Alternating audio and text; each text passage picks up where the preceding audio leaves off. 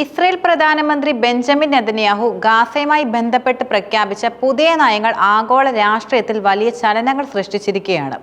Gaza പിടിച്ചെടുക്കാൻ ഉദ്ദേശമില്ലെന്നും പകരം അവിടെ ഇസ്രയേലിന് ഭീഷണിയാകാത്ത ഒരു ജനകീയ ഭരണം സ്ഥാപിക്കാനാണ് ലക്ഷ്യമിടുന്നതെന്നുമുള്ള അദ്ദേഹത്തിന്റെ പ്രസ്താവനകൾ സമ്മിശ്ര പ്രതികരണങ്ങളാണ് ഉണ്ടാക്കിയത്. ഇസ്രയേൽ പലസ്തീൻ വിഷയത്തിൽ വർഷങ്ങളായി തുടരുന്ന പ്രതിസന്ധിക്ക് പുതിയ മാനം നൽകുന്ന ഈ പ്രസ്താവനകൾ യുദ്ധത്തിന്റെ ഭാവിയെക്കുറിച്ചും ഗാസയുടെ രാഷ്ട്രീയ ഭാവിയെക്കുറിച്ചുമുള്ള ചർച്ചകൾക്കും തുടക്കമിട്ടു. നെതന്യാഹുവിന്റെ പുതിയ പദ്ധതിക്ക് പിന്നിൽ വ്യക്തമായ ചില തന്ത്രങ്ങളുമുണ്ട്. ഹമാസിന്റെ സൈനിക ശേഷി പൂർണ്ണമായും ഇല്ലാതാക്കി ഭാവിയിൽ ഇസ്രയേലിനെതിരെയുള്ള ഭീഷണികൾ ഇല്ലാതാക്കുക എന്നതാണ് ഇതിൽ പ്രധാനം. ഈ ലക്ഷ്യം കൈവരിക്കുന്നതിനായി അദ്ദേഹം മുന്നോട്ട് വെച്ച ഉപാധികൾ ഇതാണ്: ഹമാസ് ആയുധങ്ങൾ ഉപേക്ഷിച്ച് ബന്ദികളെ മോചിപ്പിക്കുക. ഹമാസ് തങ്ങളുടെ എല്ലാ ആയുധങ്ങളും ഉപേക്ഷിച്ച് തടവിലാക്കപ്പെട്ട ബന്ദികളെ ഉടനടി മോചിപ്പിച്ചാൽ യുദ്ധം ഉടനടി അവസാനിപ്പിക്കാം. ഇതൊരു അനുരഞ്ജനത്തിനുള്ള വാതിലായി തോന്നാമെങ്കിലും ഹമാസിനെ സംബന്ധിച്ച് ഇതൊരു കീഴടങ്ങലാണ്. തങ്ങളുടെ സൈനിക ശേഷി ഉപേക്ഷിക്കാൻ അവർ ഒരിക്കലും തയ്യാറായിക്കില്ല. ഗാസയുടെ അതിർത്തിയിൽ ഇസ്രയേലിന് സുരക്ഷ ഉറപ്പാക്കുന്ന ഒരു സൈനിക സുരക്ഷാ മേഖല സ്ഥാപിക്കുക. ഇത് ഗാസയിൽ നിന്നുള്ള ഭീഷണികളെ തടയാൻ ഇസ്രയേലിനെ സഹായിക്കും. എന്നാൽ ഇത് ഗാസയുടെ ഭൂമിശാസ്ത്രപരമായ സമഗ്രതയും പരമാധികാരത്തെയും ലംഘിക്കുന്ന നടപടിയായിട്ടാണ് കണക്കാക്കപ്പെടുന്നത്. ഈ ഉപാധികൾ ഹമാസ് അംഗീകരിച്ചില്ലെങ്കിൽ അവരെ സൈനികമായി പൂർണ്ണമായും ഇല്ലാതാക്കും.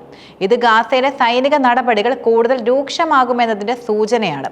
ഈ ഉപാധികൾ ഹമാസിനെ സൈനികമായും രാഷ്ട്രീയപരമായും പൂർണ്ണമായും ഇല്ലാതാക്കുക എന്ന ലക്ഷ്യത്തോടെ ഉള്ളതാണെന്ന് അന്താരാഷ്ട്ര നിരീക്ഷകരും വിലയിരുത്തുന്നു. ഇത് പലസ്തീൻ ജനതയെ അവരുടെ പ്രതിരോധ മാർഗങ്ങളിൽ നിന്നും ഒറ്റപ്പെടുത്താൻ ലക്ഷ്യമിടുന്നു. ഗാസയിലെ ജനങ്ങൾ പട്ടിണിയിലാണെന്ന ഗുരുതരമായ ആരോപണങ്ങൾ നെതന്യാഹു നിഷേധിച്ചു. ഹമാസ് മാധ്യമങ്ങളെ തെറ്റിദ്ധരിപ്പിക്കാൻ ശ്രമിക്കുകയാണെന്നും ഇസ്രയേൽ സുരക്ഷിത മേഖലകളിൽ ഭക്ഷണവും വെള്ളവും വൈദ്യസഹായം നൽകുന്നുണ്ടെന്നും അവർ അവകാശപ്പെട്ടു. യുദ്ധം തുടങ്ങിയതിനു ശേഷം 2 മില്യൺ ഭക്ഷ്യധാന്യങ്ങൾ ഗാസയിലേക്ക് കൊണ്ടുപോകാൻ ഇസ്രയേൽ അനുവദിച്ചിട്ടുണ്ടെന്നും അദ്ദേഹം കൂട്ടിച്ചേർത്തു. എന്നാൽ അന്താരാഷ്ട്ര മനുഷ്യാവകാശ സംഘടനകളും ഐക്യരാഷ്ട്ര സഭയും പുറത്തുവിട്ട റിപ്പോർട്ടുകൾ ഇതിന് വിരുദ്ധമാണ്. ഗാസയിൽ കടുത്ത ഭക്ഷ്യക്ഷാമവും മരുന്നുകളുടെ കുറവും രൂക്ഷമാണെന്നും അവർ ചൂണ്ടിക്കാട്ടുന്നു.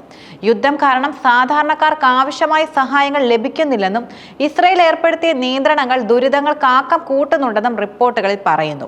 തെക്കൻ ഗാസയിലെ റാഫയിൽ ഇസ്രയേൽ നടത്തിയ സൈനിക നടപടികൾ സാധാരണക്കാരുടെ പലായനത്തിനും കാരണമായി.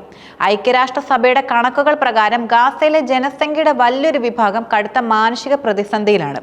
ഗാസ നഗരത്തിന്റെ നിയന്ത്രണം ഏറ്റെടുക്കാനുള്ള ഇസ്രയേലിന്റെ നീക്കവും വർദ്ധിച്ചു വരുന്ന പട്ടിണിയും വെസ്റ്റ് ബാങ്കിലെ അടിച്ചമർത്തൽ നടപടികളും അന്താരാഷ്ട്ര തലത്തിൽ ഇസ്രയേലിന്റെ വിശ്വസ്തതയെ തകർത്തു. ഈ പ്രതിസന്ധിയുടെ പശ്ചാത്തലത്തിൽ നെതന്യാഹുവിന് മുൻ പ്രതിരോധ മന്ത്രി യോവാവ് ഗാലന്റിനുമെതിരെ അന്താരാഷ്ട്ര ക്രിമിനൽ കോടതി അറസ്റ്റ് വാറന്റ് പുറപ്പെടുവിച്ചു. ഇത് ഇസ്രയേൽ യുദ്ധക്കുറ്റങ്ങളും മനുഷ്യരാശിക്കെതിരായ കുറ്റകൃത്യങ്ങളും നടത്തിയെന്ന ആരോപണങ്ങൾ ഗൗരവകരമാണെന്ന് തെളിയിക്കുന്നുമുണ്ട്. ഇസ്രയേലിന്റെ പരമ്പരാഗത സഖ്യകക്ഷികൾ പോലും നെതന്യാഹു സർക്കാരിനെ വിമർശിച്ചും രംഗത്തെത്തി. മുൻ പ്രതിരോധ മന്ത്രിയായിട്ടുള്ള യഹൂദ് ഓൾമർട്ട്, യഹൂദ് ബാരക്, പ്രമുഖ സാഹിത്യകാരൻ ഡേവിഡ് ഗ്രോസ്മാൻ തുടങ്ങിയവർ നെതന്യാഹുവിന്റെ നയങ്ങൾ രാജ്യത്തിന് ദോഷകരമാണെന്നും അഭിപ്രായപ്പെട്ടു. നൂറുകണക്കിന് വിരമിച്ച ഇസ്രയേലി സുരക്ഷാ ഉദ്യോഗസ്ഥർ US പ്രസിഡന്റ് ഡൊണാൾഡ് ട്രംപിനോട് യുദ്ധം അവസാനിപ്പിക്കാൻ ഇടപെടണമെന്ന് ആവശ്യപ്പെട്ടത് ആഭ്യന്തരമായി നിലനിൽക്കുന്ന അതൃപ്തിയുടെ ആഴം വ്യക്തമാക്കുന്നു.